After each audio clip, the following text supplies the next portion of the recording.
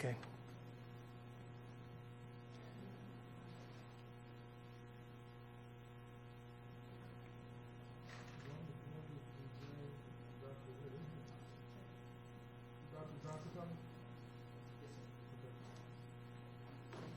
So we'll wait for that.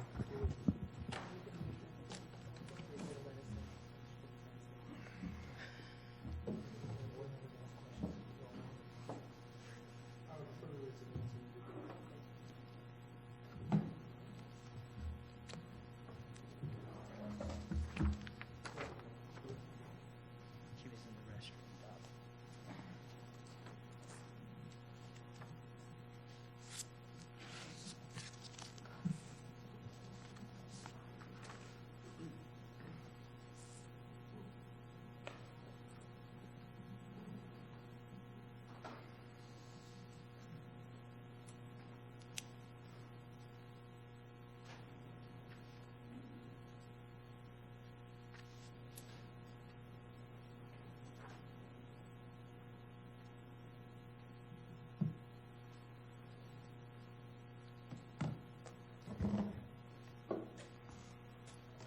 Call the workshop to order. The board clerk does not have to take the roll again. We'll stipulate that all 7 board members are still present at the meeting. Mr. Superintendent? Yes, sir, Mr. Chairman. At this time, our first workshop for the evening is Policy 5.016, School Choice and Program. And I'll turn it over to our Chief Academic Officer, Dr. DeClinda Sheffield. Good afternoon, board members and Dr. Fenoy. Today's workshop is to provide an update to the district's Choice Schools and Programs Policy 5.016. The focus of today's workshop will include changes and updates to the current policy language and addition of a new lottery preference for our K-8 Continuum that we've been talking about for quite some time. At this time, Mr. Boggess and Dr. Johnson will provide an overview of the recommended updates and additions to Policy 5.016. Mr. Boggess, I'll turn it over to you to get us started. Mr. Boggess, before you begin, if I could just ask the board, considering we have 3 pretty heavy workshops, if we can save our questions to the end of the workshop so we can get through them, I would appreciate that. Thank you. End of each individual workshop, excuse me. Yes, sir. Thank you, Dr. Fenoy. Thank you, Dr. Sheffield. Greetings, Chairman Barbieri and School Board. This afternoon, we come to you as part of a follow-up to our November Choice Workshop to further discuss Choice Policy 5.016. As a nation and state, public school choice in many instances continues to be redefined and expanded in ways that a decade ago were not available. Even through COVID, our choice team has innovated and expanded opportunities to continue to meet the needs of our learners and families that align with the student's passion and to create impact in their life well beyond the classroom setting. In order to continue to best serve our students and families, we have taken a deep dive into the choice policy and more specifically, the procedures manual outlined within the policy. The scope of the choice policy outlines choice schools, program eligibility, procedures for applying to these programs, and requirements as part. Specifically, in this policy, we will be focusing on update revisions to the procedural manual, further clarifying definitions and framing content to make it more user-friendly for our families. Also including best practices learned through COVID that have reshaped our work within choice. In collaboration with Dr. Johnson, we will work through the substantive changes proposed in the next few slides, which include the addition of the new lottery preference K-8 Continuum, exit time frame of a student from a program, addition of the district non-discrimination statement, definition for types of programs and each eligibility for process, guidance on full dual language programs at zone schools, language to clarify ineligibility to reapply to a program, language to identify annual audition platform and establish timeline for auditions, and clarification around student residency, primary address, and wait pool status. The K-8 Continuum is our first talking point. Our choice team heard the board very clearly in November around the revision to our current K-8 structure and alignment. Key piece as we reshape the language was to affirm the matriculation pattern from K through 5 to 6th grade and following through the completion to 8th grade. This language and preference allows continuation in a K-8 school for students who either reside in the attendance zone for kindergarten through 5th grade or have been attending for grades 4 and 5. We have also included language that students residing in the attendance zone or who have attended the school for grades 4 and 5 have the first right of refusal to the seat prior to any other applicant being assigned. If declined, all other applicants can be considered via a random selection choice process. We believe that this is student-centric language that captures the truest intent of a K-8 within our district. At this time, Dr. Johnson will lead us through the remaining substantive changes to Choice Policy 5.016. Dr. Johnson? Thank you, Mr. Vargas. Good afternoon, Chairman Barbieri, school board members, Dr. Fenoy, and all that are present here today. I would like to go through several of the substantive changes that are built into today's presentation. The first substantive change that I'd like to talk about is very simply, we're adding into the procedures manual the non-discrimination statement in 3 languages. That was missing in previous procedures manuals, so we wanted to make sure that that was included. The next one is we are adding a statement for program process eligibility, giving us an opportunity to clarify and make sure that that language is clearer to our parents. The third substantive change defines the types of programs available. We often get asked the question, what's the difference between an in-house program, a choice program, a full choice program? So we added language in there that would define what those differences are. The next one is a substantive change that we're actually still actively seeking input, but the language now adds in a definition for a school-wide program for dual language. We have 2 schools that have a full-wide school dual language program. And so, as I said, we've added some language, but we are in the process of massaging that language to make it read more inclusive. And so we still actively seek input around that. That is referenced in lines 115 through 125 in the policy.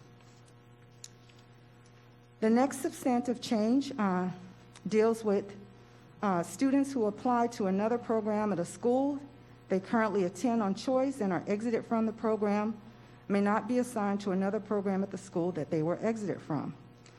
This just supports and further clarifies language that is already existing in the Choice Procedures Manual. The next substantive change came about because of COVID-19.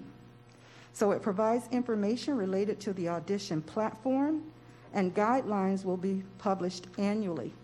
We wanted to make sure that we put language in there that gave us the flexibility to switch from in-person auditions to be able to utilizing a virtual platform.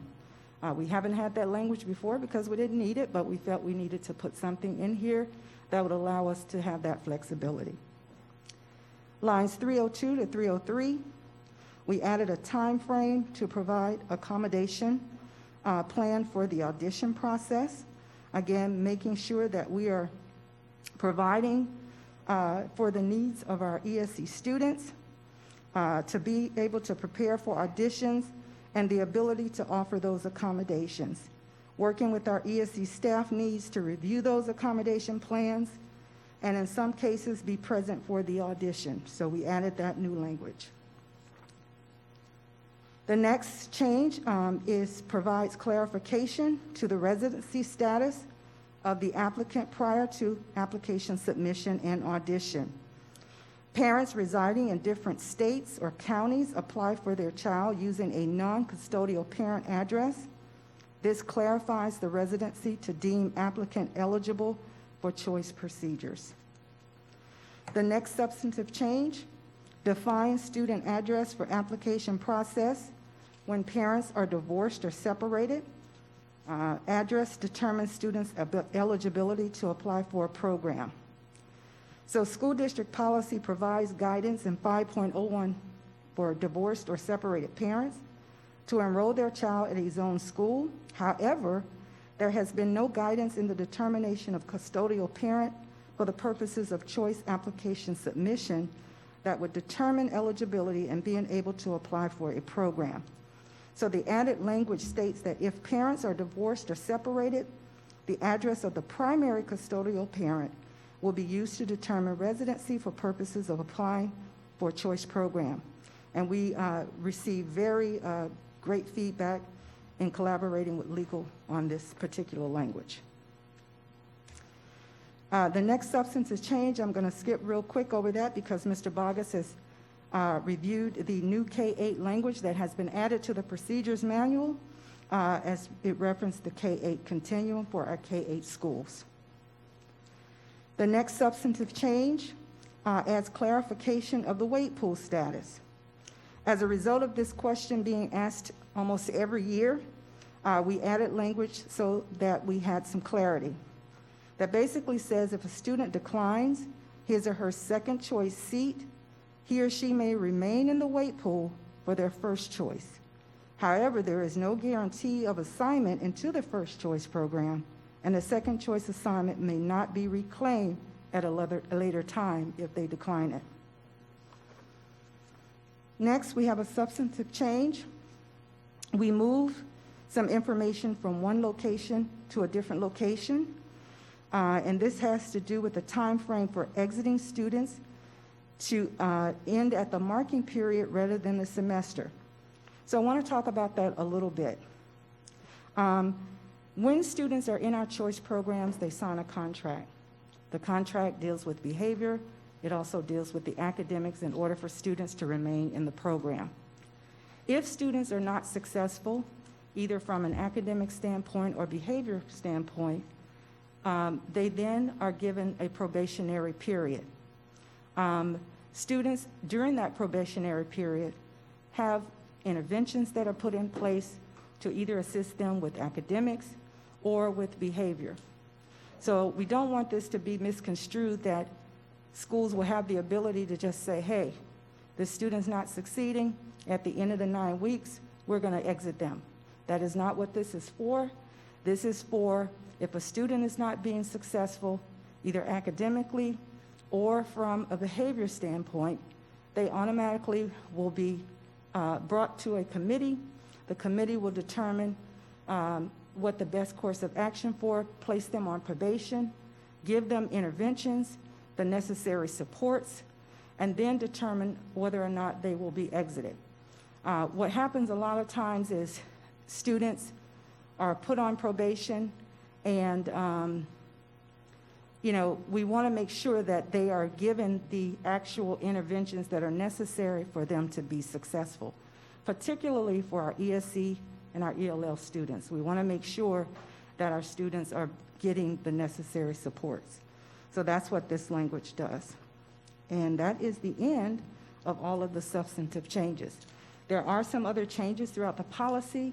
The majority of those are seen as a change, but really it's just moving language from one area in the policy to another area. So it's really not a change per se in the language, but just moving things around in the policy for clarity. Thank you so much, and we'll take your questions. Vice Chair, Brill. Thank you. So, Mr. Chairman, just so you know, I am going to have a follow-up question to my first one, and I'm not saying this to be facetious. I'm not asking this to be facetious, but what do you believe is the purpose of a K-8 school?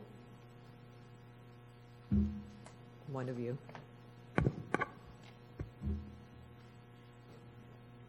Go ahead.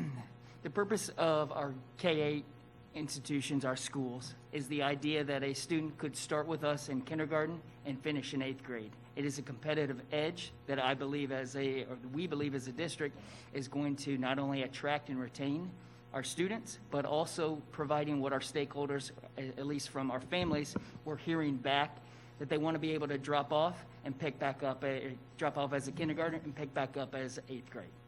Okay, so now as a follow-up, that is not what our policy procedures manual is doing or the changes that you made. And what I'm saying here is that when a parent puts a child into a K-8 school, whether it's kindergarten, first grade, third grade, their expectation is their child, if you're going into a K-8 school, is going to go through the program to 8th through 8th grade. Not that they're going to have to apply again in 6th grade if there are enough seats for them. And we talk all the time in here about competing with the charter schools, right? Mm-hmm. Well, in my district, we have 2 K-8 charter schools, right? They don't have to apply. If a student enters in the elementary grades, they continue through 8th grade. That's my vision of a K-8. That's my, in my area, that's what parents are seeking. The language that you have in your procedures manual on page 3, first of all, I know you mention it again later, but it does not support what you said about preference.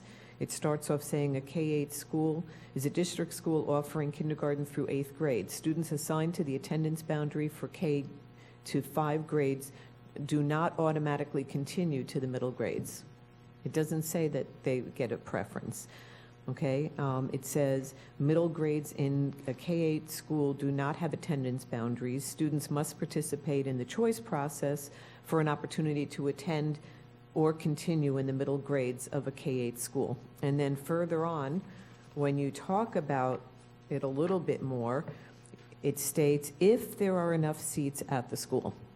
So I will never support a K-8, at least in my district or in the district, unless those children who are enrolled in those early years are guaranteed an option. And that's what I thought was expressed at our other board meeting, our other workshop. I don't know why you wouldn't have enough seats, but that's my concern. Okay, Ms. Burrow, we hear Dr. you. Sheffield, let me interrupt 1 second. I've been told that the YouTube link is down, but viewers can watch continue watching the meeting on Comcast 234 and ATTU verse 99. The meeting is also being recorded and will be posted on the school board website in its entirety. Sorry for the interruption. Go ahead, Dr. Sheffield. Ms. Burrow, we hear you. When we came back in November, I think it was, as it pertains to an update on choice, there was no K-8 policy or continuum. That was even discussed in policy. And I think there was a perception that if you automatically went to a K-8 school, that you matriculated all the way through. And that was not indeed the case, right? So what I would say that this is, I think, is a deeper conversation. So if we're wanting to, as a board, and is at the will of the board, to really pull out the K-8 and to do a workshop for the board to give us some directions around what is the expectation around the K-8, then that may be something that we would need to do, because I think everyone have a different perspective or understanding in regards to the purpose of the establishments of the K-8s that were coming within the district. You have a follow-up, Ms. Brew? Well, thank you. My only follow-up is that in speaking to families and families I know that have, whether it's in Florida or elsewhere, exercised the option of a K-8 for their child, they do it because they want the consistency. They want the child to go through middle school. What's the purpose of putting them in there and then splitting them off and sending them somewhere else? To me, the purpose is K-8. It's kindergarten through 8th grade. In some schools I know in New York City, they do K-12. They don't apply every break point. So that's my follow-up. Mrs. Whitfield and then Dr. Robinson. Thank you. I have a couple. First of all, I want to say how much I appreciate all of you bringing this to us. I know this is not easy. We have so much choice in this district, and it makes the rules and the making of the rules very difficult. So I want to say a huge thank you to you, and a huge thank you to Tara Coble for answering my call when I call all the time. So I appreciate that. So a couple things. The first thing I'm really worried about is Plumosa and the impact it's going to have on Carver. I, as a parent, completely understand wanting to send your kid to Plumosa, and I have heard from my residents since the minute I got elected how they wanted a K-8 program at Plumosa. They see it as a South County Bach. They want to have a School of the Arts for South County. More kids than just zoned for Plumosa want to go there. They want to have enough space so that students from the surrounding areas who want to do middle school arts have the opportunity to be there. And I'm concerned, I obviously want that to happen. I'm concerned about the way we're talking about it right now, whereas all of the Plamosa kids would continue going to Plamosa, that there wouldn't be a lot of opportunities for kids outside of that area to be able to go there. And then just automatically assigning kids from any area that is currently zoned for Carver to Plamosa without even having to make a decision means a very detrimental impact, I think, on Carver, which is already not doing as great as I'd like it to do. It's a little under-enrolled from where I'd like it to be, and I know the perception has been tough for many years. So I think we need to think about, if we are going to have a K-8 mean that we're taking all those kids and they're going directly through, those are some larger boundary changes that have to be made throughout the entire district, where we're going to have to look and see, you know, what students do we actually want to go to these comprehensive middle schools, because they will get hurt through this process. And maybe that's an opportunity for us to grow them and do better. But I think I have some real concerns about what this is going to do to that school. And maybe it can make it better. The question I wanted to ask you guys about with the dual language, until Dr. Johnson mentioned about the whole school dual language, I didn't understand that we even had those. I thought they were always an opportunity for English classes within there. So what happens when a student doesn't want to participate in the dual language program and they're at those schools? How do you deal with that when they are at a school that's a whole school dual language? How does that work? Go ahead, Ms. John. Okay, so right now, we have two schools in that situation, Gove and Westgate. And so right now, students do have the opportunity to choose and opt out if they so choose to.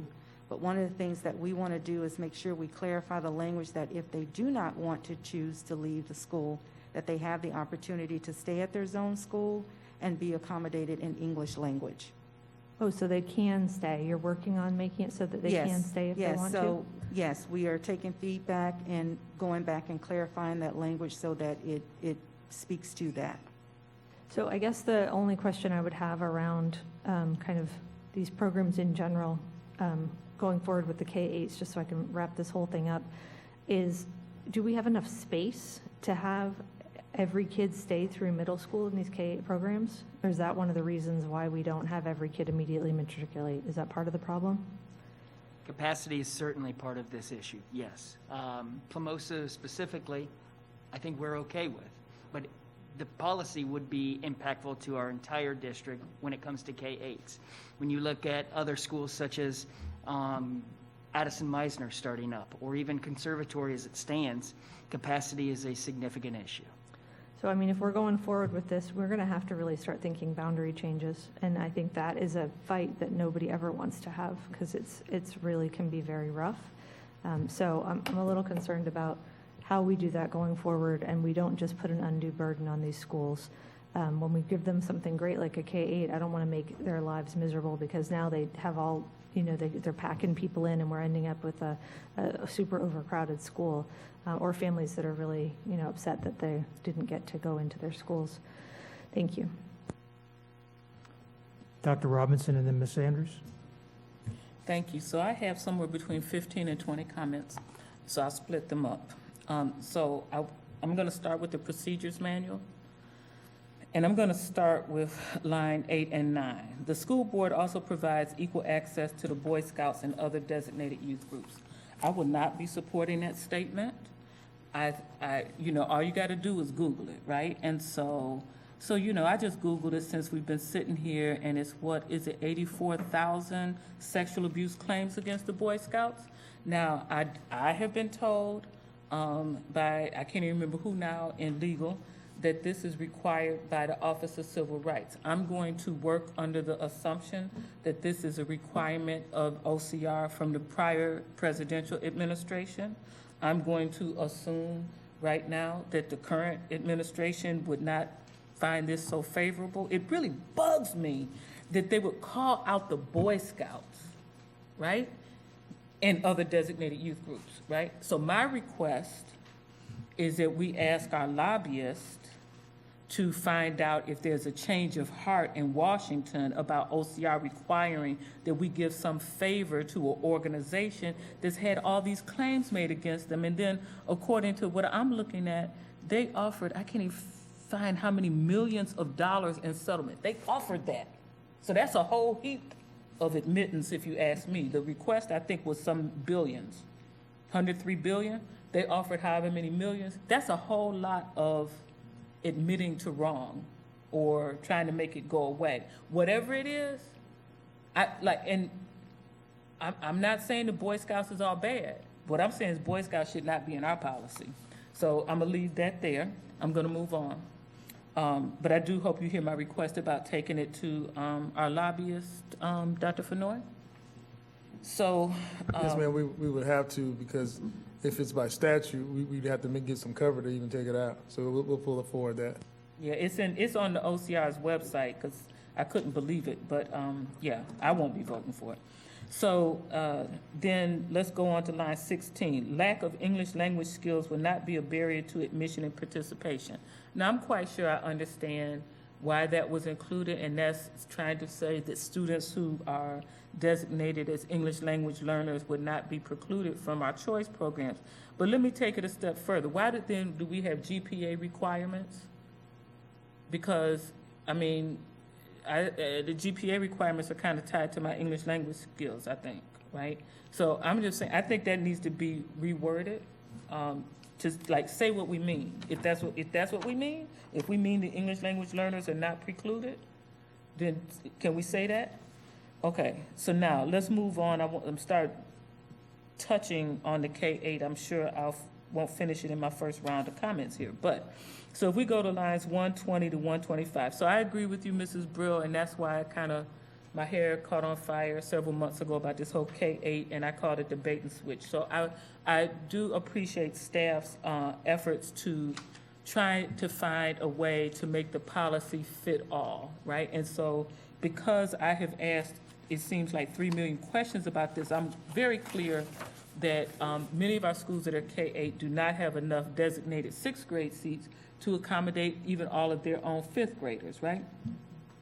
But for Plumosa, we got it right with the facility meeting the needs of the academic program. And so for Plumosa, even if each and every 5th grade student stayed, there's still like 25%. The numbers have changed. Every time I ask a question, it changes a little bit. So I have to ask Mr. Link what he's doing. But there's a significant bunch of seats left for students who had not been in the elementary program. And so the only thing that I want to add in line 121, so it says, students assigned to the attendance boundary for the K-5 grade levels do not automatically continue to the middle grades. I think that should say, and I've been through this I harassed staff yesterday. Thank you so much for working with me and hearing what I'm trying to say here. So I think it should read a K-8 school is a district school offering kindergarten through 8th grade. Students assigned to the school due to the attendance boundary for K-5 grade levels do not automatically continue to the middle grades, period. However, they have the right of first refusal. I think that needs to be inserted there. It's stated elsewhere. It's important to me that it's stated there, right? Now, I want to address this concern about Carver. So the success of the school is not, we don't make schools successful by denying children opportunity to go to other schools. I remember many years ago in having this conversation, when we started this rapid expansion of the choice programs, the then board chair said, well, what do we do if nobody chooses the school? We find out why they're not choosing it, and we make it better, right? We don't deny opportunity to children who went, for in this case, to Plumosa for K-5. We don't deny them the opportunity to stay at their school to continue the program just to provide access to other children, right? And let me be really, really clear. So some of this conversation when people say those kind of things, and maybe it wasn't heard this way by everybody, but I hear it clearly. you know, Plamosa K-5 is overwhelmingly black and brown, okay? Some of these people who say this stuff actually mean those black and brown children need to go over to Carver, okay? And make room for the white children, okay? That's my world. And so I just want to be clear, I'm not with that. I'm with you, Ms. Brill. If they've been there, if we called it a K-8, they need to be able to stay there through 8th grade. And I do appreciate the fact that staff was trying to figure out how to make the policy fit all of the different variables. So I'm gonna move on. So under line 139. So this talks about, this is talking about the student and whether or not they have to go attend, if their zone school has the program they're requesting, they have to attend that program in their zone school as opposed to that program in a different school. And then it says, with limited exceptions. Okay, so what I learned yesterday is there's one exception, and it's the next sentence. A student applying to a school that's currently at 95% capacity or above will be able to apply first choice to another school. Okay, so I requested that word limited be changed to 1, so we are clear. It's not 2, it's not 3, it's 1, and it's stated in the next sentence. And I'm gonna just do a couple more this go round here. So the issue of the dual language, so I know you're addressing it. So actually, this will be my last comment at this point. I do have many more, but I'm gonna belabor this point a bit because, you know, history is instructive, and I know Mr. Bogus and Dr. Johnson have heard this, and so have people in legal, but it bugs me how things change, right? Same situation, things change. So I understand the year was 2012. I didn't recall the year initially, but Northborough Elementary was a Montessori school, right? And it had boundaries, right? And so one of our attorneys said, well, wait a minute, it's inappropriate to have boundaries when if a child moves across the street from the school in 3rd grade, for example, if they had not previously been in Montessori, they were not allowed to go to the school across the street from their home because they had not been in Montessori. Compare and contrast to dual language and the fluency test, right? And so what we did with Northborough, we eliminated the boundaries, right? And we split those boundaries, and some of the kids went to Northmore, some went to Pleasant City. Now, I am not suggesting that we remove the boundaries from Westgate or Gove. What I want to be clear about is that's how we solved the problem before, and it's still a problem here. So I'm really glad that we're working on that. But it just bugged me out that the inconsistencies lead to inequities, right? And that was almost a hair on fire for me. So I'm going to hold the rest of my comments to my next go round. Put me back on your list, please. Okay, Mr. Superintendent?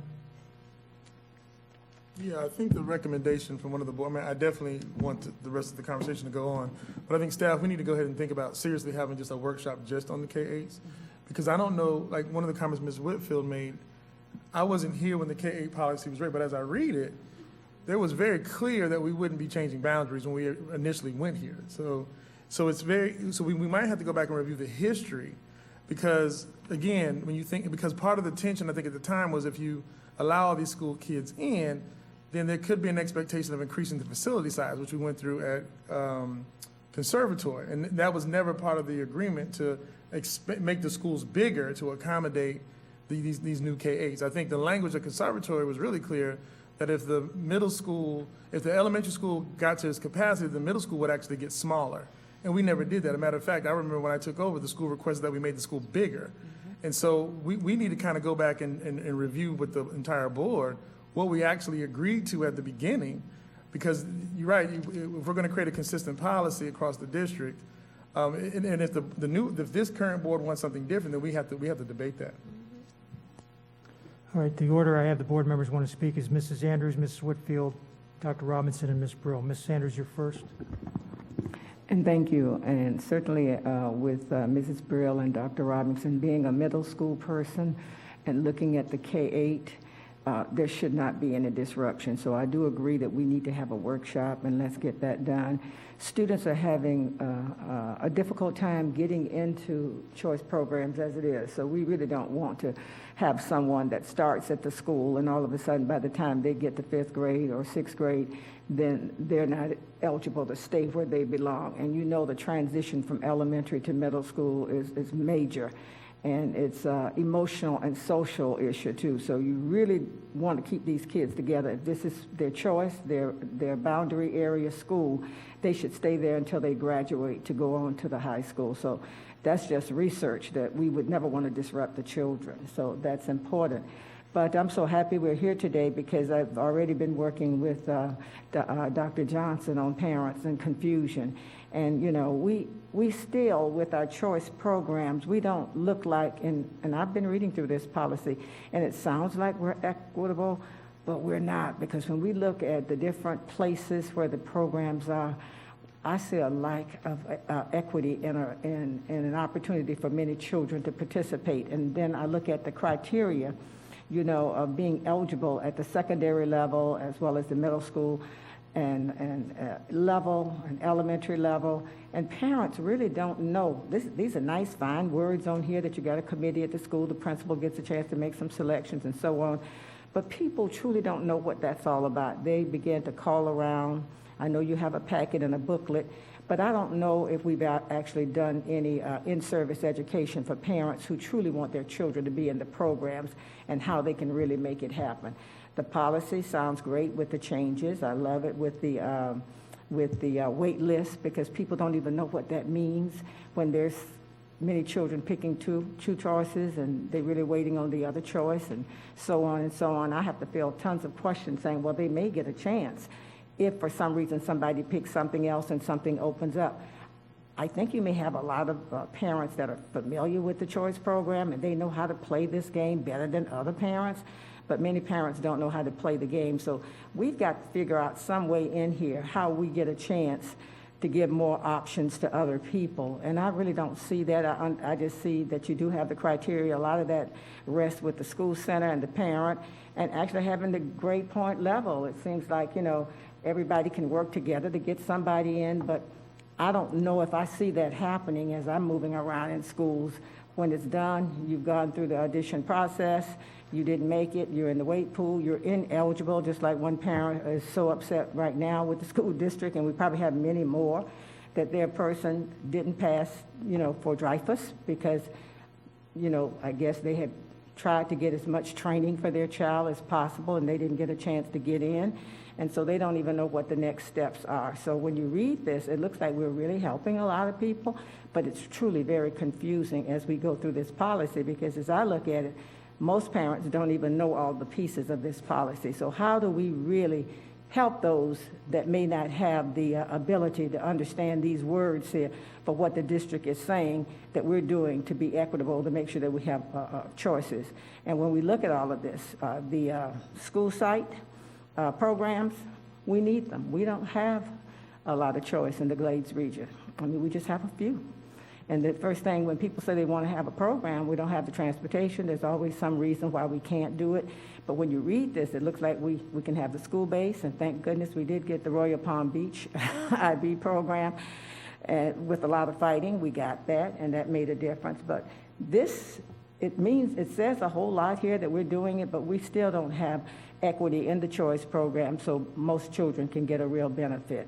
And certainly educating the parents, when you look at this policy here, I think we need to do some work here, because a lot of people don't know what this is saying and don't know what happens to their children when they're told that they can't be a part of this process after they actually went to the fair, or if they didn't go to the choice program fair, they tried to get their kid in, and then all of a sudden they just got that letter saying you're no longer involved, and they have to call over here trying to get somebody on the phone, or who do I talk to, and people just don't know what to do. They're lost, and they're lost right now because we're right in the process of this. And I'm hearing the comments, so as I read all these wonderful words here, I don't know, you know, it seems like something needs to give here because we're missing things, especially on the criteria piece. Ms. Whitfield. Thank you. All right, so I think one of the problems that we're having here is we are a victim of our own success, right? So we created choice programs. Specifically in this case, I want to talk about the arts programs. People love our arts programs. They will kill to send their children to these arts programs. One of the concerns I have with Plumosa is that South County wants an arts program, have wanted it for a very, very long time. And I'm very concerned that we are not just not listening to that outcry by putting only kids that were in the K-5 program into the K-8 program. Now, you can say that we're going to still have some choice spaces, but the reality is those choice spaces are going to be tiny. There's not going to be a lot of space for people in the South County to be able to go to an arts school. So right now, we have kids that are being put on a tri-rail in Boca and Delray to go all the way up to Bach for middle school because they love that program so much. So I think we have to think about what is the thing we're giving as an opportunity here. If I was a parent and I lived in that neighborhood, I might say, okay, well, I know I want to get my kids in arts, so I'm going to have to do it at kindergarten. And so the fight at Plumosa is going to start at kindergarten instead of 6th grade now. And then there's going to be no opportunities for people once they end up, in 6th grade down there. They're just, how the fight to go to Don Estridge right now is unbelievable for that neighborhood. I would say the most calls that I get from families in my community are the South County, how do you get me into Don Estridge conversations? It's just very frustrating because I know that they want this. Now, I don't want to stop kids that live in that neighborhood from going there. I just don't want to only limit it because South County's been counting on this. They've been counting on getting their own Bach. That's what they've been wanting for this whole time. And I think it's too far to send a kid to North County from South County every day. That's just my personal opinion. Now, as far as Carver goes, I'm not saying, so if you look at Carver's boundaries right now, they're massive. I feel like what is happening with that school is less people want to go there. It's harder to convince people to go, and then the boundaries just became bigger and bigger and bigger. And so the boundaries for Carver are enormous, but it's not necessarily encouraging people in the door. So we have to realize, that's just reality. Carver is not a school that people are fighting to get into, and why not? It should be. So how do we as a school district fix that problem so that we don't have everyone in Carver's district trying their best to get into a different school? And this is not just a Carver problem. We have this at schools all over the county. This just happens to be the one that's most personal to me because it's one of my schools. So I think as we're talking about this, if we're talking about boundary changes, if we're talking about creating new school options, we have to realize that there are some schools that people just do not want to attend, and we have to tackle that head on because I think that would help us with, children really going to a school because they care about the programming and not necessarily, I'm just trying to avoid a different school. So they're taking training classes to go to, be in the arts programs, even if they don't care about it. Just to show up because that's the school they want to attend. So I'm just trying to have the honest conversations that I think we have to have around choice. And I am the first person to say I do not have a solution for this. I think this is terribly difficult. And I think we need to, as a board, discuss the difficultness of this because what the reality is that when we don't provide what people are looking for, they just leave and they go to a private school or they go to a charter school, and I don't want to see that. I want them all to come to us because we have the best product, and that's what I want them to do. Anyway, that's my story. Thank you. Dr. Robinson. So I would like Ms. Brill to go first since we were in that order before. All right, and I have Ms. McQuinn and Ms. Andrews also that raise their hands now. So you still want to stay after Ms. Brill? Okay, go ahead, Ms. Brill. Thank you. So I just wanted to, first of all, thank you for your efforts, because I didn't do that before, and I do appreciate them. I do want to comment on what Ms. Whitfield was talking about with Plumosa. And as she was speaking, I'm thinking that maybe we also need to look at what our enrollments are at our different schools, because we've talked about this before. We spoke at one point about there was talk a long time ago about Odyssey being an art school. Then it was Boynton Beach High School being an art school. But, the South area has been crying out to have something similar to Suncoast. I even threw that out to be something that we could do at Boynton High, to, something that we could do to recreate it. Also, we talked about, I know Plymouth is a wonderful school, but it's not the answer to having a middle school and a high school of the arts in the South area. They can't accommodate the students. So if they go through K-8, then what? Then it's just Dreyfus. So we really do need to look at the enrollments and what would get the students to attend. We keep talking about it, we're not getting there. But to Dr. Fenoy, when it comes to the K-8, I think the lesson here is that we can't just transition a school into K-8 unless there's capacity for those young children who are in attendance there to continue at that school. So if we're looking to build new K-8s, this is one of the reasons that I was not supportive when the thought came out about Sunset Palms, the new school, being a K-8 instead of a middle school, because you wouldn't have the capacity for the students that are in that area to attend the school. So I think before we jump into transitioning schools into K-8, or if we're looking for new schools or to reconfigure schools, we are giving direction that we expect the young ones to be able to continue. I think that that's overall the answer that, the direction we're giving. But to Mrs. Whitfield's point, we need to find a way to satisfy the hunger for schools in the South, like a Suncoast, like a Dreyfus, and like a Bach. Thank you. Dr. Robinson? Thank you. So, it's interesting, we're having this conversation. We recently had this equity conversation because choice is where inequity lives, right? And in those procedures, and it's just, and I get people are trying to do their best, but that's where it is, right? And so let's be clear what people are saying. So, and let's look at the numbers. Just look at the numbers. People are not choosing to go to poor black schools and poor brown schools, right? And if you look at the history, since I mentioned OCR before, so when we had the agreement with the Office of Civil Rights, it required that we have between 15 and 35% minority, right? And they were going to try to do that with forced busing. So, and those numbers come from someplace, right? And so, if we're going to have honest conversation, let's have it. So, because basically, if it's more than that, then those who have advantage will consider it to be not good, unsafe, whatever, right? Which is why I always have to lift up all the examples of black excellence, since people in their minds don't do it. But that's why people are not going to Carver, right? And so my thing, though, is instead of acting like that is a problem, can we educate the children that are there? Can we give them the most outstanding curriculum and support and programming? And if others come, let them come, right? But this is what we do as a district. We work to attract white students, right?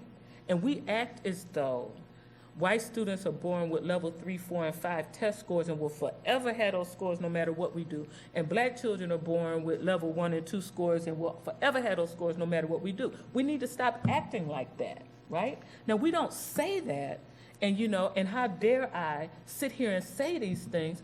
Yeah, but that's my truth, right? And I remember years ago in arguing some of these things with OCR, somebody said to me, what we're actually doing is we're magnetizing to attract white students and repel black students, right? That's what we're doing, and we continue to do it, but we just don't say it, right? Anyway, so I'm gonna get back to my talking points, but I just need some honesty up in here. I just need people to see, if you don't want to do it, that's fine, but I'm not going to be quiet, and especially since we've been having these conversations about equity, right?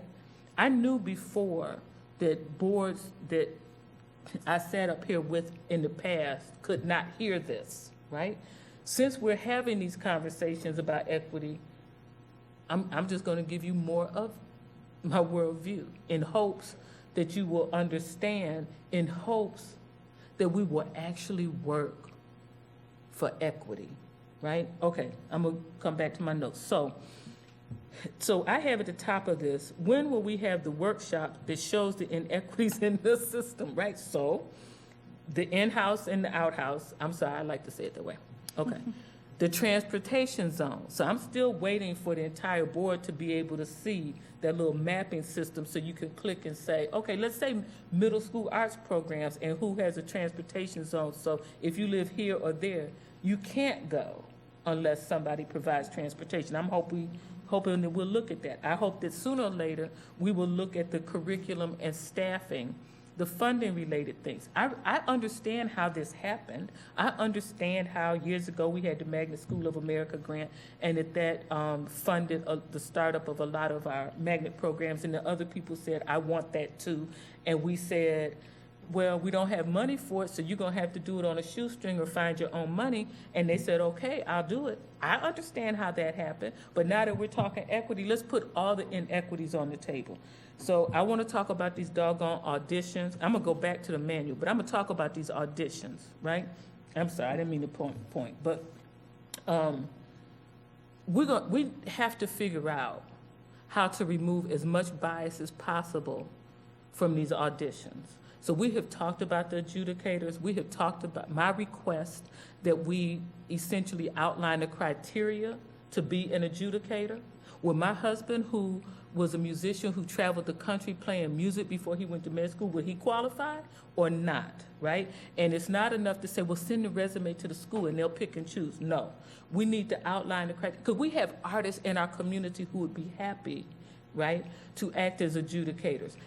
It is like, everybody I know knows that there are inequities in this audition process. And then I get the email from the poster child. So a child who dances with a national ballet company, the Joffrey Ballet, now I'm not but a national ballet company, she dances with them, but she couldn't pass the Dreyfus audition? It smells funny to me, okay? So happens that she's black. I don't know, did they take away those points? Then there was the other issue that they did the virtual, right? So let me throw this in, because it's really interesting how inequities happen. Nobody's set up to create inequity, I don't think, right?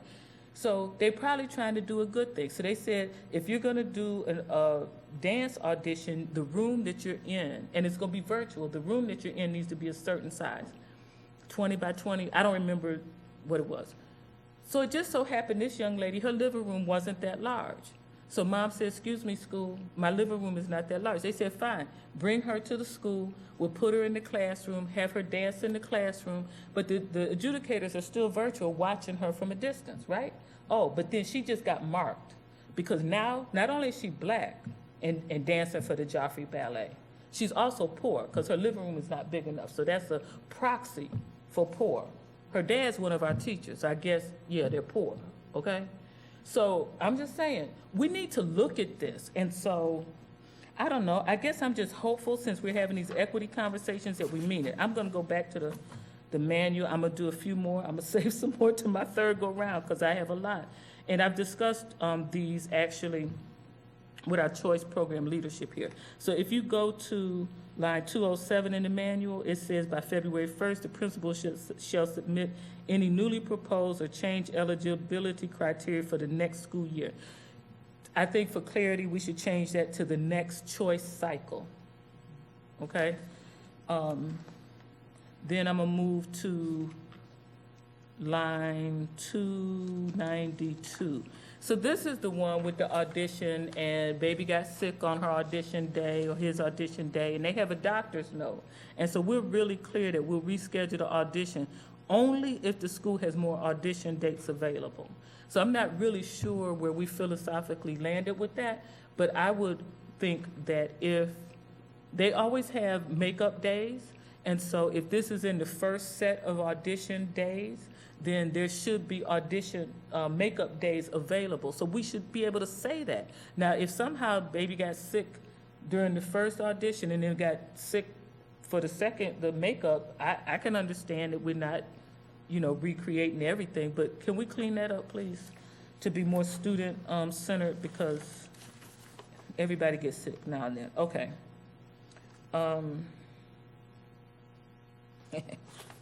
I'm gonna skip that one. All right. So let me just go to the end. I'm actually skipping some of this.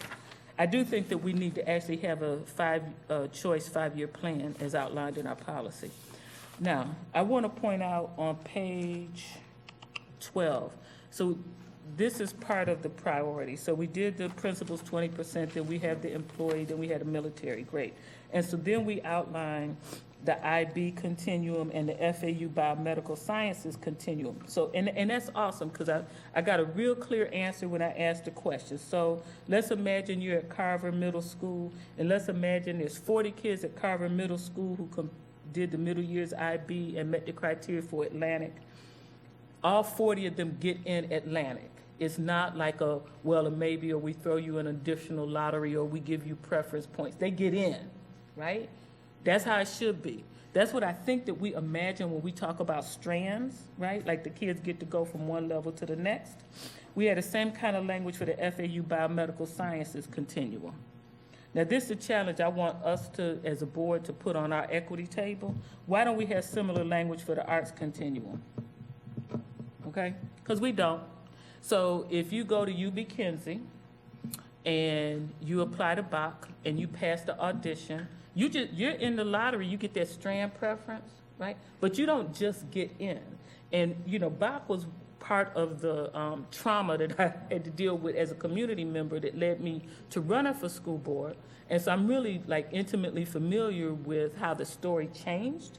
And so when Dreyfus opened, when they separated the campus that is now Bach and they separated it into middle and high school, the parents in the middle school thought that their children, if they passed the audition, would get to go to Dreyfus. That doesn't happen, okay? And so I'm just saying, so we, with arts, because it is very popular, I think that we make a very conscious effort to make sure those who have voice, agency, and advantage, that they get in. And I'm saying, if we're going to talk about equity, let's talk about equity. So we need to talk about equity in the arts program. I would love to see how we can figure it out to have the children in the arts continuum have the same right to attend the next level, assuming they pass the audition, and shame on us if they don't, right? But that they had the right to attend the next level up. Because I think that was, I know it was a bait and switch, because I was there listening to it. So I've got a few more, but I'll wait. Okay, board members, let me make a suggestion, because I know that district staff is writing all this stuff down. Some of you obviously don't agree with others, because we've already heard that from a couple of you. So you are writing down the changes that the board, so at the end of this, we're going to go through, you're going to read the list off to us. I just asked the superintendent if this was okay with him, so that the board members can each weigh in. So, because I don't know how you're going to bring back a revised policy. Forget about the K-8s, because I know we're going to have a separate workshop on that, but on all this other stuff, I can't imagine how you're going to bring back a revised policy when you have board members who want different things that are contradicting other board members. So if you just be prepared at the end to read back all the changes, we'll go through one at a time and see if you got a consensus on the board to make that change before you do it, all right? All right, the next speaker is Ms. McQuinn, and then Mrs. Andrews, and Mrs. Whitfield. First, I do want to thank you very much for the formatting regarding substantive changes. That was great. Appreciate that. My comment really will be elaborated upon more when we have our next equity workshop. I think that's next week, yeah? And I alluded to this before, so please understand that I'm not asking at all that schools not have in-house academies. But it's going to come down to a funding issue as we address equity. And while I hesitate to bring up a specific school's name, since we've already done that with a couple of schools, I'm going to do it. In North County, we have Howell L. Watkins Middle School. I just Googled, well, I didn't want to come out of the screen, so I just Googled the demographics for Howell Watkins from 2019. And it was 666 black students, very specifically what it says there is African American, and 60 white students. That's 666 and 60. Now, This has been occurring since I left Gardens High School, which was well over 20 years ago. White students don't go to Howell Watkins Middle School.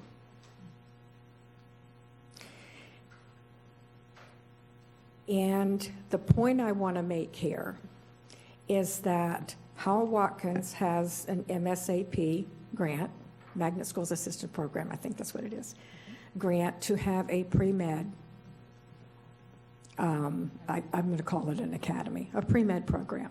They've hired great teachers. I've observed the kids pre-COVID. It's amazing. And yet, our white students won't go to Howell Watkins. And the students primarily come from Riviera Beach, and it's wonderful. Now let's talk about why they leave Riviera Beach and won't go to the other school in Riviera Beach that suffers the same reputation.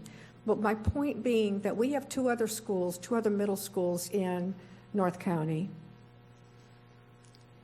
one of which has some, they are more diverse in terms of race than the other, but both have pre-med programs, academies, the same that we have at Howell Watkins. So I will be bringing up when we get to the equity workshop, I have no problem at all with the other two schools having their pre-med programs. But I think as a school board, we should not be agreeing that they get more monies for those students, for those academies. They figure it out with their own budgets. Thank you. Ms. Andrews? Thank you. Two things. Going back to the dual language programs, we've got a lot of work to do there.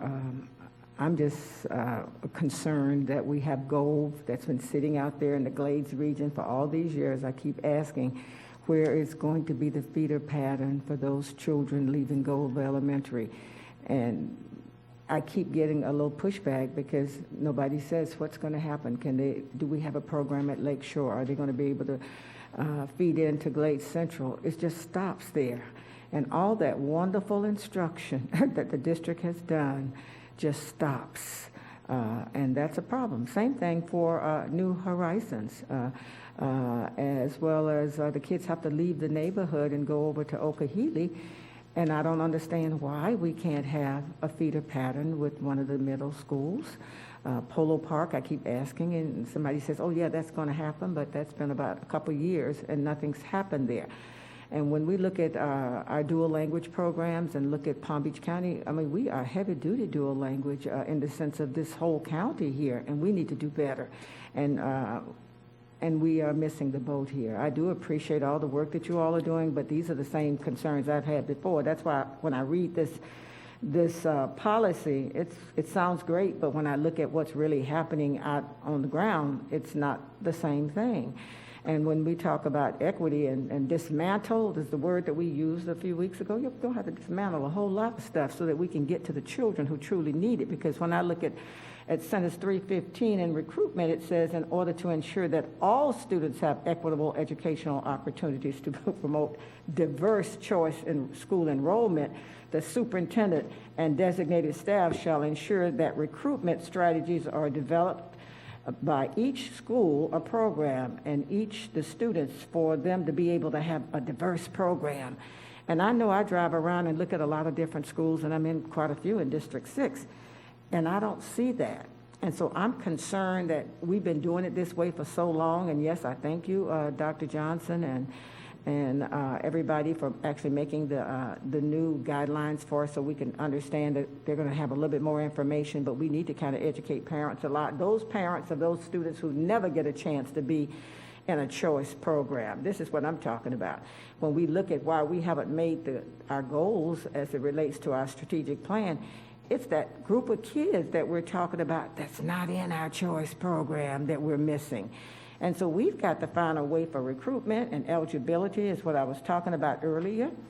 to find a way that there's some way we're going to be able to reach out to some of these ELL students, ESE students, and some of the black schools where we know we don't have the things that we need. We don't have the programs there.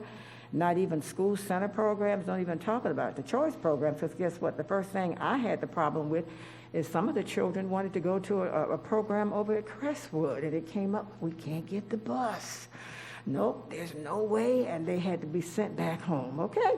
So I've been going through this, and as I read this, it looks like we're equitable and we're going to do all these great things, but we're missing a big chunk of children and their parents, because once they've been just kind of singled out that they're not going to have an opportunity in this process for choice, they're just on a regular track. And I have to cite Emma Banks over at Inlet Grove. Every child that graduates from Inlet Grove graduates with a certification, a diploma, and ready for college or a career.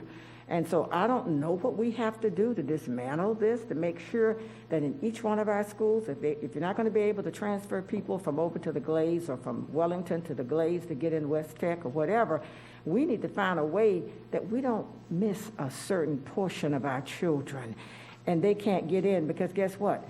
They don't meet the audition requirements. They don't meet the GPA. They don't meet all of these things. And these are the kids we're talking about. The last 5 years, we kind of didn't move them, okay? And so if we're going to be able to move all of our children and we're equitable and doing the things that we say we're going to do, we need a component of this policy that's going to identify how we can address some of these other children that made it to the process, got into choice, but for the others that are just sitting there at the school doing maybe a basic program and may graduate, may not graduate, and may not be college or career ready. So I don't see that in any of my reading here for that group of children. And I have to talk about the Glades region. I've been pushing hard to get West Tech open so we can have more programs, so we can pull some kids from Wellington and Royal Palm Beach over there to be in a program. Many of them couldn't make it. They couldn't make the criteria for this. They couldn't get recruited for whatever the schools had, Park Vista, the Automotive Academy, and all these kinds of things. They couldn't meet all of these things. But we need to have enough programs in a district, the 10th largest district with the $3+ billion budget, to be able to help all these children that's still left behind. I love reading the policy, and I appreciate you all putting it together, but I'm still wondering about what's going to happen to all these children that can't fit into this pocket of stuff that you're talking about in the policy. So there almost need to be something else for them, because this certainly doesn't reach them. Ms. Whitfield and Dr. Robinson. Thank you. So I just want to be really clear. This is the thing that frustrates me the most about this district. I think we as a board have been handed a racist system.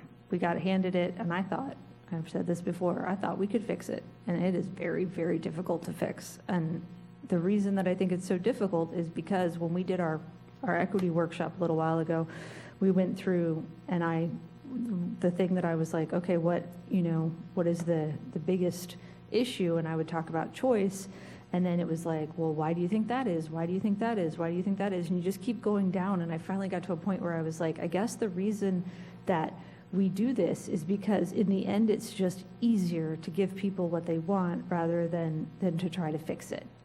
Because we know it's wrong, but it's easier to just say yes to people. And so I think this is a super big frustration because we codify this every year. We do it through, the way that we allow this to continue to go on.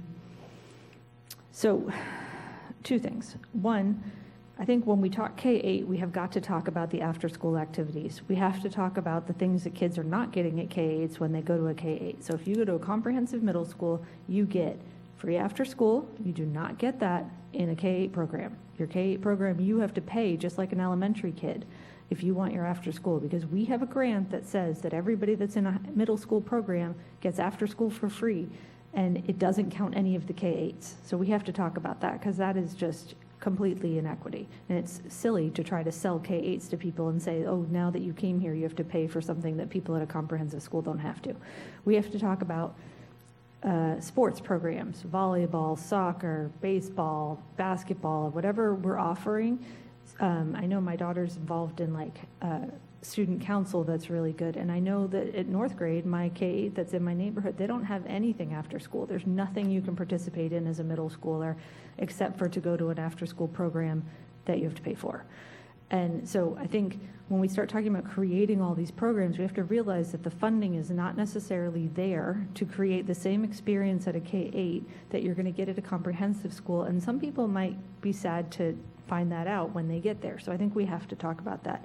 The other thing I think we have to talk about is, so we're talking about Plamosa not having enough seats to be the South County School of the Arts. But I'm telling you, Carver down the street has plenty of seats. So why is it we're not thinking about building space? I know we're building a new space at Plamosa, but like, we know that South County wants an art school. They have been begging for it. When we did the referendum and I went down there to go talk to the parents, that was the thing that they really said was, where is our South County arts program? And I think it would take the burden off of Don Estridge if you had a program down there. I think it would take the burden off of our Tri-Rail dollars that we do not have to continue to send kids on a train because they like that better than a bus. So I think we have to be thinking, if this is what the South County wants and needs, and we don't have enough space for it, why don't we reimagine what it is that we need down there? Because right now we're trying to shove this square peg in this round hole. And I did want to ask, how many kids can we fit in the 6th through 8 program at Plamosa? Like how many kids are able to actually fit in there when we're done with this construction? Do you know? Anybody know that? I would have to look it up, but I was just thinking, like, if it's not enough, I know we have there's a want and a need for it, right? So if we don't have that kind of space, why aren't we reimagining with the buildings that we have? Or, I mean, I know that I don't want to throw a whole wrench in the works right now, but I do think we have to think about what the needs and the wants of the community are. And they want a South County art program. They wanted it forever. And I don't want to like perpetuate racism, but I do want people to stay at the Palm Beach County school system. So like, let's try to make it so that we create the programs that they need in the spaces that can accommodate the number of kids that are actually trying to go there. Thanks. Dr. Robinson, then Mrs. Andrews. Okay, thank you. So first I have a question. For the K-8 schools, do the 6-8s have boundaries in any of them? No, they're choice. Okay, no, I was just making sure because it didn't click in my head why we need to have a conversation about changing boundaries. right, they don't have boundaries. Okay, all right, just And that double language checking. is constructed around that piece of it.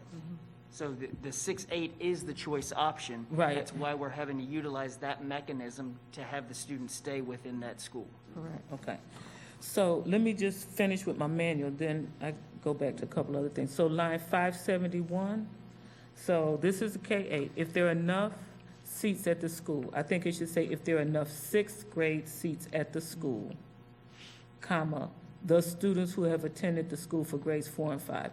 So, I mean, we can debate whether or not you want that to happen, because I'm not quite sure if I'm hearing everybody wants that to happen, but the language needs to be cleaned up. Okay, so, and, then, so let me just go to a bigger issue. So, and so I hear you, Ms. Whitfield. It's going to be very difficult to remove the racism from this choice program because it was built on it. But anyway, but let's go for it. Let's try, right? So, one, I think that we need to do an analysis of the choice programs, right? Like, what do we call a successful choice program? Now, I'm going to tell you, and you know I'm going to say it. The conservatory school is successful. And so no matter what the original agreement was, it's just like the schools of the arts. If they're successful, people want them. That's one of my measures of success for a choice program is that people want them. Then we can look at academic gains and so forth. Those would be mine. But if they want them, then to the point, it seems that we should create them. And if they don't want them, then maybe we don't need to continue to offer them, right? Now, that's always been like the place catch on fire when you start talking about eliminating programs, but I think that we need to have that honest conversation, right? And so, I think that we need to have arts available to every student in every school, but I have no problem with expanding arts programs. I mean, we added the arts program at Boynton, but see, what people will say, and let's just be honest, what they want is 100% choice school, because then you know that the only kids going there are the kids who have adults in their lives who are paying that much of attention to the system to apply 8 months ahead of time, which means you're selecting out some people, right? Like those people, those people are not applying, right? And so, I vowed to myself and probably others that I would never support another 100% choice school. But I do think that we need to look at the big picture. I think I'm going to there's a report some years ago called State of the Arts that talked about why we need to have arts programming in all schools. But I also agree that it's a lure for kids to have the specialty. And then the other thing we have to accept is that all the kids going to Dreyfus are not going to make a living in their art form. Many of them go into other areas. But the attraction with many of these schools is the selectivity. And let's be honest about that, right? So I think that we need to talk about what does success look like. We need to measure whatever those metrics for success are against our current choice programs, and then talk about, well, then what programs do we wean off and what programs do we build, right? Now, I'm gonna add this, and then I think I'm actually gonna try to be quiet for a minute, but well, thank you for pointing out that you had to pay for after school in a middle school program for K-8. I wasn't aware of that. So, but this is the thing. So I know the city of Del Rey, there are people who are influential in the city of Del Rey who want to create another all-choice school, right? Those are probably the people, I don't know. Some people, when they say South County, that's the people they're talking about. I want to tell you, Plamosa and that neighborhood, that's in South County too, right? So they count for South County. But anyway, so my problem is that we don't have enough emphasis on making sure we're doing right by the least of us, and we will recreate all kinds of things to attract more people with advantage. And that bugs the living daylights out of me. If we do right by the least of us, I'm good with creating some more, attracting the advantaged people back. I'm not trying to push them away, but can we please educate and support and develop and nurture the kids that we have in those schools that people don't want to go to? Because somehow we manage to not do that year after year. And it's a heavy lift sometimes, I understand that, but that's where the equity comes in. So now we're talking about equity, maybe we'll actually put the kinds of resources that they need there so that I can shut up talking about educating the children that are there. Thank you. Ms. Andrews, then Ms. McQuinn. Yes, and this will probably be my last statement. The middle central region needs the arts too. I mean, it's needed everywhere. I hear you all talking about, Dreyfus and Bach and all these other places. I must say that I compliment many of the schools in the central western region. I was just over the Wellington Landings. They have an arts program there. We can't even get a stage built. That's something I'm going to be talking to Wanda Paul about. I've already mentioned it to Dr. Fenoy, but when I go out to the schools, Wellington Elementary has a wonderful arts program, and all of those children want to continue in the arts, but guess what? They're not going to all get a chance to go to Bach or go to Dreyfus, so we've got to really strengthen our schools within our communities and make them of such a level that the children will want to stay right there where they are. And I see that a lot of that work is being done in the West and Central schools, but they still need some help, especially facility-wise, especially at the Wellington Landings Middle School and even at the elementary school over at Wellington.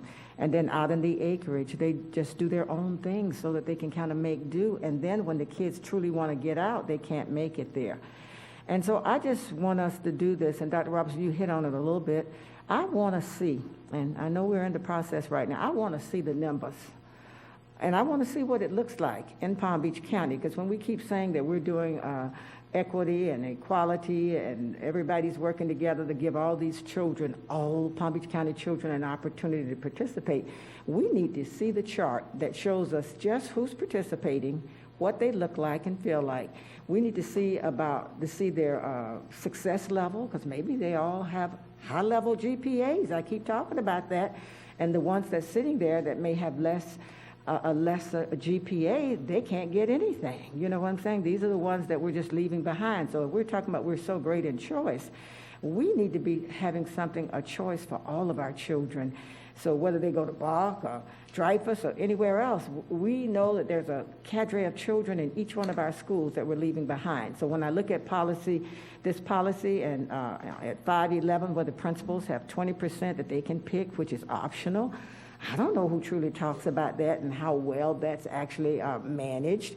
Some of the parents don't know about that. Sometimes I tell them, you can call the principal, because the principal does have some options too in this process. I just see so many hungry parents wanting to put their children in all these programs, and then they turn to the board members saying, well, what's going on here? Why can't my child have a shot? And so that's why we're going to have to figure this out. This is great for what you have right now in this policy for what we already do. It's obvious we've got to do something different here in Palm Beach County. We've been sitting in these workshops for the last few weeks saying that we've got to dismantle and disrupt some of the things that we're doing so that we can meet the needs of all the children who are being left behind.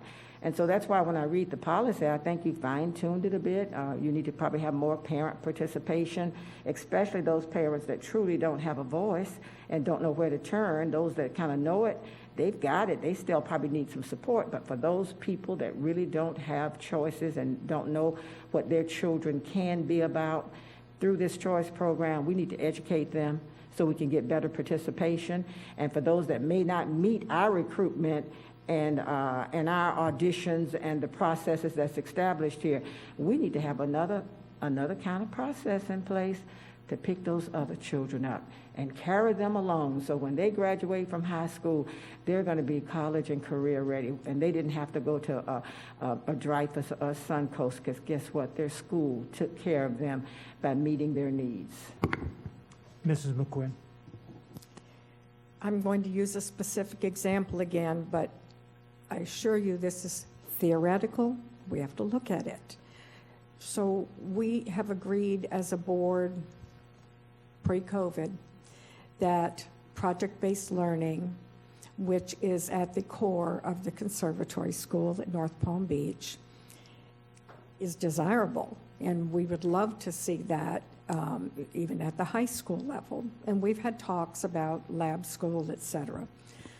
But I'm going to remind us that the conservatory school, actually pre-K through 5, is for students who are assigned by boundary to the school, and then they audition for the music grades 6, 8. And thank you for nodding, because I don't want to make a mistake here. So again, theoretical, because we need to look at this district-wide. It's overcrowded. So you continue the project-based at grades pre-K 5, and you take that music program, put it at Howell Watkins, where there's room. And I'm not suggesting we do that. I'm suggesting that if we do, they won't come to Howell Watkins. So we have a much deeper issue. Thank you. One more thing. In the middle school, music program, which is by audition, is where, going back to Dr. Robinson's talk about what success, we're talking about academic success, yet it is those students who come by application that bring the school's grades up. So again, you have to look at everything. Thank you. Ms. Ayala. Thank you. I want to thank Mr. Borges for your help this morning with what we discussed, and I actually did put in a data request that's going to hopefully show the choice program audition and participation broken down by demographic, so all of you will see that, because I was curious too. It's my first go around with how contentious this time period goes, so it's been an interesting couple of weeks as notices come out, some happy, some not so happy. But I had a few questions I wanted to ask of all of you. My first one was, obviously there's a lot of language about our dual language programs, which are a soft spot in my heart, and I hope to see expanded over the next 5 to 10 years.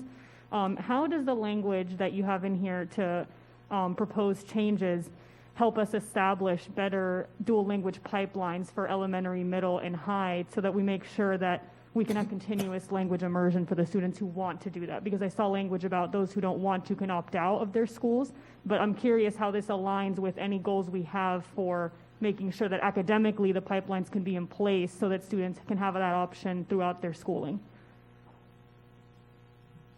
So one of the things that we do working alongside our multicultural department, because they actually own the curriculum when it comes to the dual language programs, we work very closely with them in terms of making sure that when we find the gaps in terms of feeder pattern, that we look to fill those gaps.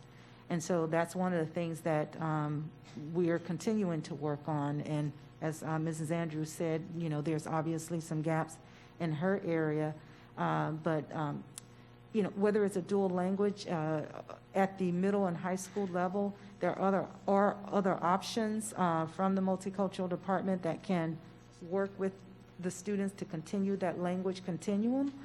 So we just continue to work with our multicultural department to fill whatever gaps there might be there, whether it's an actual dual language program or they transition as they get older into a global language sequence of courses so that they can continue that language. We look to do that. Thank you. And there are some in my district as well, which is why I bring that up. And I appreciate that that's on front of mind, because parents don't always know to go to our multicultural office to ask for how their student can have that option. So if it doesn't exist, they may just say, it's not that important for you to remain in the program. And I don't want to see that happen because of addresses, boundary changes, or whatever comes in the future. So filling those gaps anywhere. I just wanted to make sure that was thought of when this language was put in there. Second question I had was the kind of something that's been going in my mind the last 2 weeks with this process is, and it's not a question that may have a direct answer, but I just want to put it in front of everyone's mind. Especially with COVID this year, it's been really stressful for students, this whole process, and for families where they felt isolated. And this period, there's a lot of pressure and expectation, and everyone wants the golden ticket. And I just worry about students' mental health and well-being as they endure things similar to, you know, I didn't get into Harvard and it's my dream school. And so I just wanted to put that out there because I've gotten some calls with some students who are going through really difficult emotional times. Just, I know you all take care of that, and I've been really pleased with how you've taken care of anyone who's come to me, and you've handled them very well. But it's just something that when we have this whole conversation about equity, there are advantages that we know exist for how students can get into certain programs that other families don't have. And when it comes down to that, balancing the emotional understanding as well as the procedural is really important for when we're writing policy like this, so that people don't feel like it's, you know, cutthroat out there. It's schooling. We have incredible schools all over the district, and so making sure we highlight that and make people feel supported, it's a really good thing. So that's all I had. Thank you.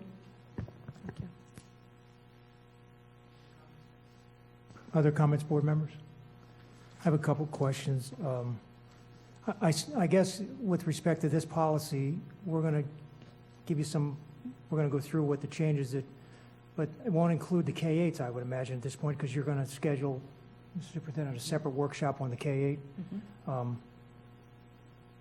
So that's fine. But my question on the K-8, just so you have it, is I didn't see in here that if a student's at a K-8 and there's athletics or other things that aren't available, that they can go back to their school that they're boundaried for middle school in order to participate. Maybe it was in here and I missed it, but, and also someone mentioned that the after-school program is free for 6th, 7th, and 8th graders at a middle school. I wasn't aware how much they pay, but it's not available if you're in a K-8, so possibly they would be able to do the same thing, go over to the middle school they're boundaried for all the programs that they can't get in their K-8.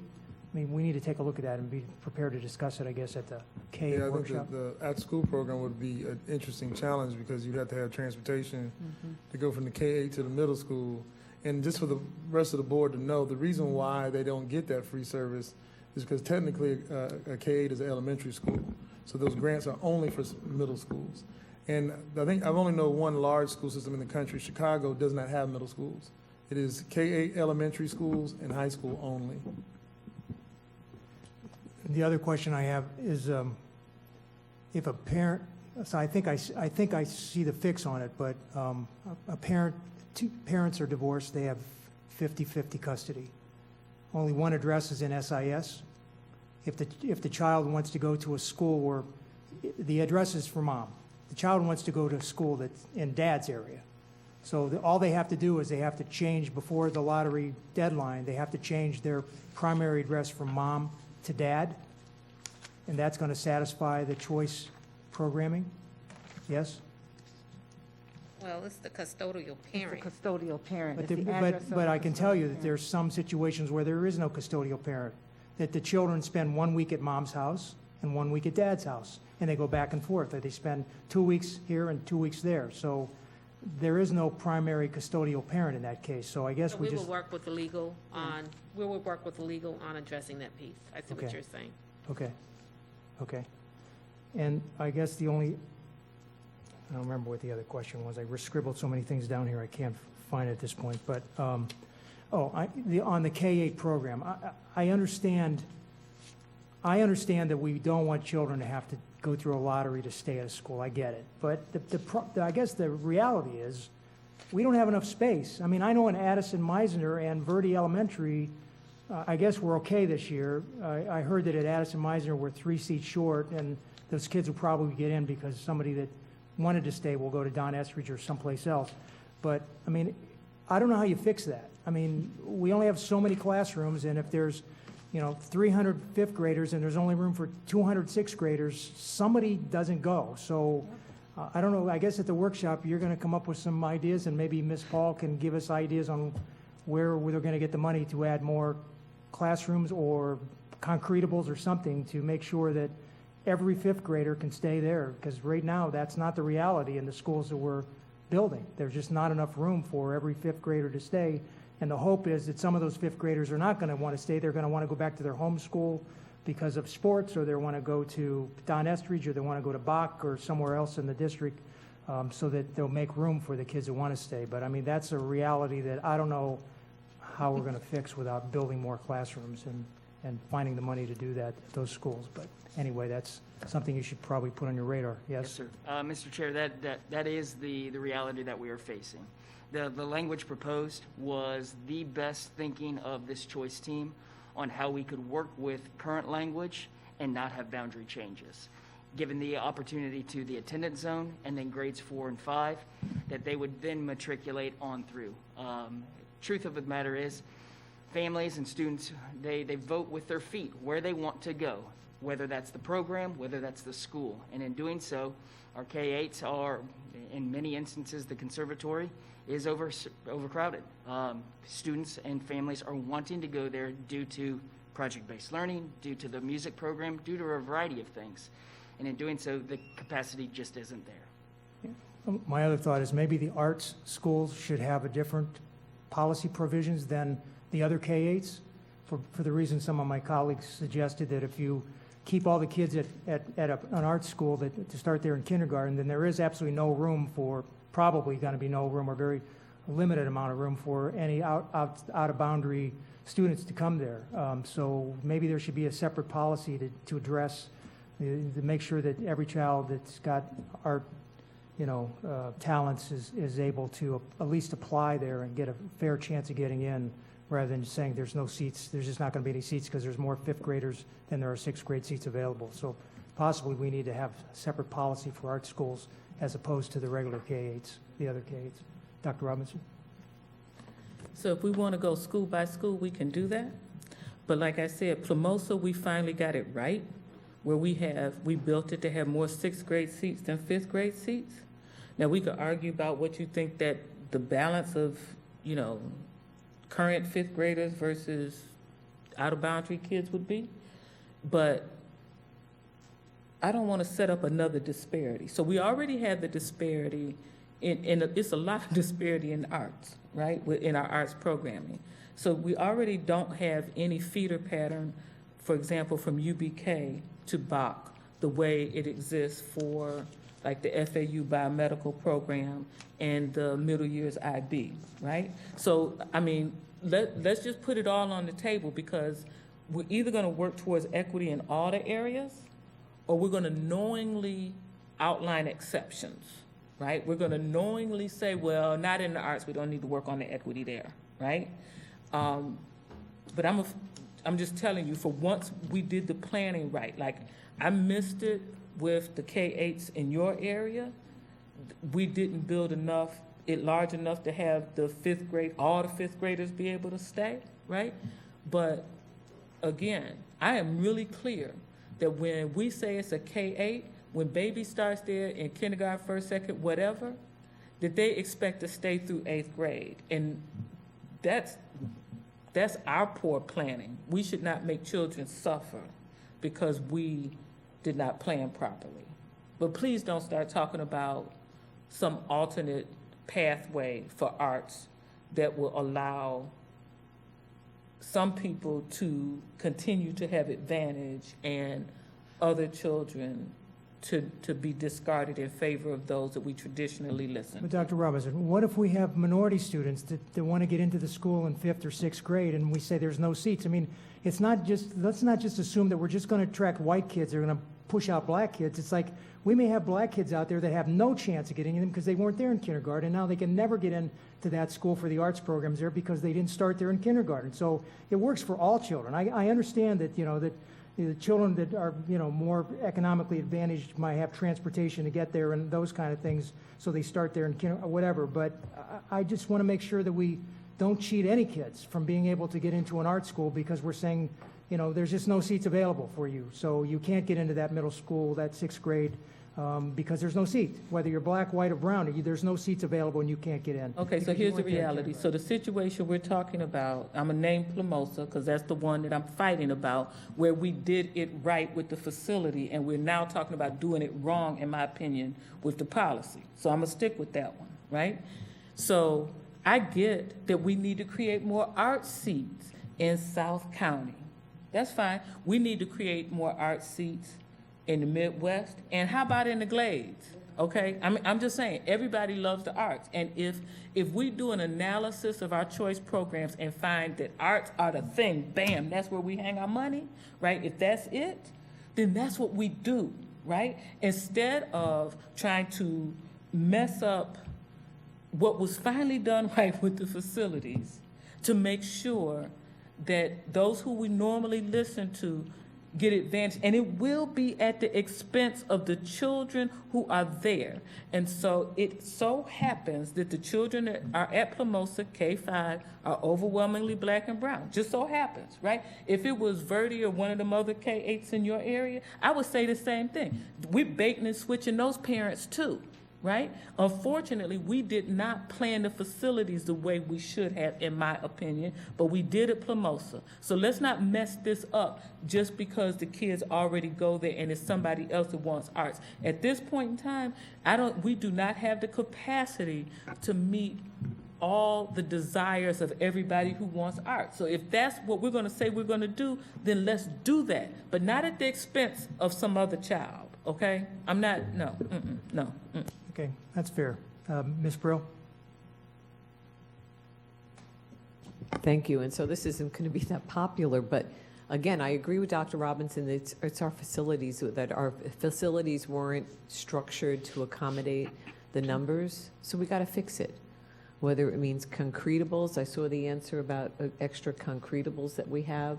And then as we move forward, you know, what they say about hindsight, as we move forward, as we rebuild our schools, if we're thinking of that concept, lessons learned, I think we've all heard it, that we've got to make sure we make the seats to accommodate them.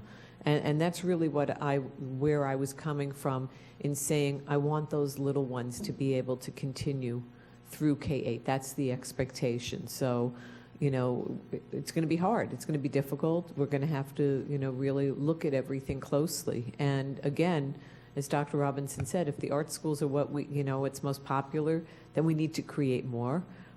Same thing with the medical programs, STEM programs, you know. I think that you'll see more of the families in my area supporting the schools if they know that their children can continue in the K-8 if they go into a K-8. Thank you. Okay, Ms. Andrews, and then after Ms. Andrews, if I can just ask the board, let's go back to staff and have them read the list because we have 2 other workshops and a special meeting today, and we're not. Yeah, and this will be quick, but it's easy for us, and we're continually talking about it. We don't spend the time to investigate how we look and how well we're doing. I've already said that earlier, and I heard Ms. Ayala say it too. We need to really look at the numbers, the data. That's going to tell us how well we're doing. Who's in the programs, who's not. When you tell me about Plamosa, I know Plamosa. And so I kind of know what that is. But when we start looking at all the blocks of Palm Beach County, we're a big district. We're a really big district. And we can kind of look at all our data to say there's nothing going on over in the Glades per se. And the arts piece, nothing probably when you kind of look at the big picture here. And I know I'm there all the time, but I just know even in the Central West that the schools are doing the best that they can to provide their own programs so that they can be successful. But we need to look at the numbers, the programs, the kinds of kids that we have, and we can tell then where we're truly providing equitable access for choice programs. Then we can see what we truly want. What's the popular things? I get most of my calls for Suncoast and Dreyfus every year. Everybody wants to get in, you know, and they don't know what to do. And I've got to find Dr. Johnson and all these other people to say, would you, 3 or 4 calls down? I mean, it's been happening for years.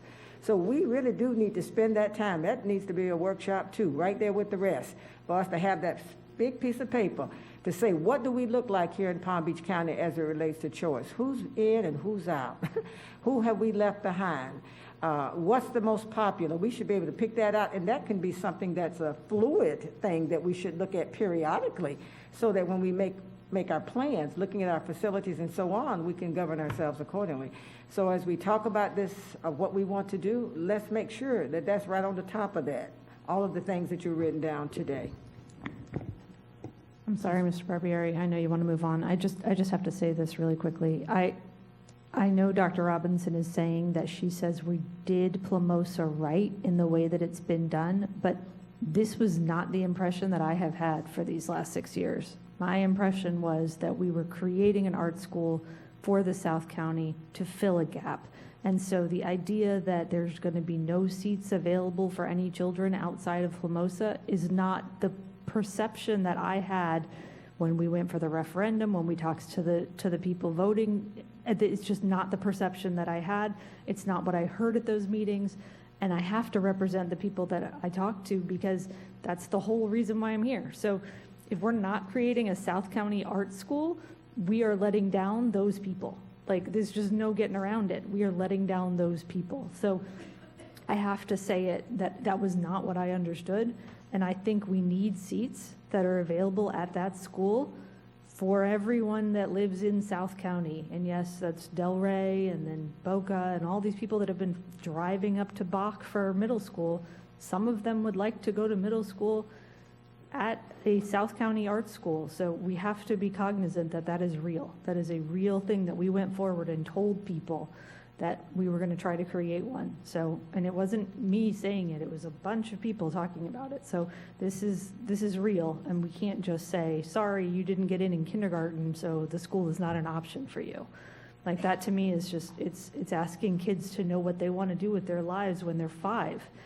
it's not possible. I don't know what I want to do now, you know? So I think you really have to give people an opportunity to grow and change. And parents I think, will be very upset if we don't give them this opportunity. Thanks. All right, so, Mr. Superintendent, if it's okay with you, we can have staff, Dr. Johnson, or whoever's at the table is going to go over the list. And if you can just keep out the K-8s for now, because we're going to have another workshop. So you heard the comments from the board, and I guess we'll be prepared to discuss the K-8 situation again the next time. But if you can go through all the other changes so that when you bring us back a proposed policy, I'm not even sure how we do this without putting the K-8s in there because it's all one policy, but suggestions from you all?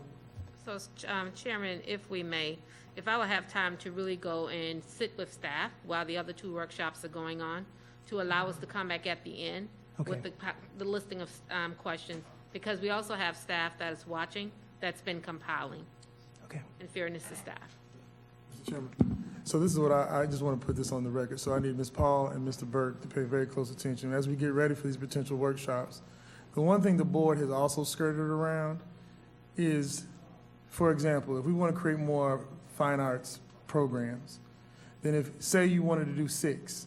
So just like we don't even have the money to redo cafeterias, building a bunch of auditoriums across the county we don't have the money for any of this. So part of this discussion is going to be, and the hardest part is, are you going to close schools? Are we going to take programs away? And because at some point you have to fund all of these asks. And, you know, and again, as the only musician on this board, I don't know if you truly understand the cost of a music program. You know, just to get the instruments, it is a very, so what I want staff to do is to really just put the numbers on the table so the board can see how much money we're actually spending. And then because if this is the direction that the board is asking us to go, then we're going to have to talk about what comes off the plate. And those are definitely not going to be fun conversations because each one of you are going to have to basically choose what happens. And so I think as you think, and so if we want all of us to look at our entire choice programs and say, we want to place big bets on fine arts and make sure that any kid in the district has access to it easily, well, we're not going to build a bunch of new schools because remember, we still have to go through the state. We still have to go through cost for student station. We still have over hundreds of current projects in place just on roofs and lighting and air conditioning. And so our capital budget isn't infinite. It's just not infinite like that. And so, you know, again, I am more than willing to fight the battle to do this, but it's going to be, you're going to have to ask yourselves what goes away. And that is, and I mean, we can't even move until we say that. Because again, so I need Wanda and Mike to really give the board all of the numbers. Just give them all of the numbers. And so, you know, to the rest of the team, absolutely, let's get ready for the workshops, let's get them everything they need.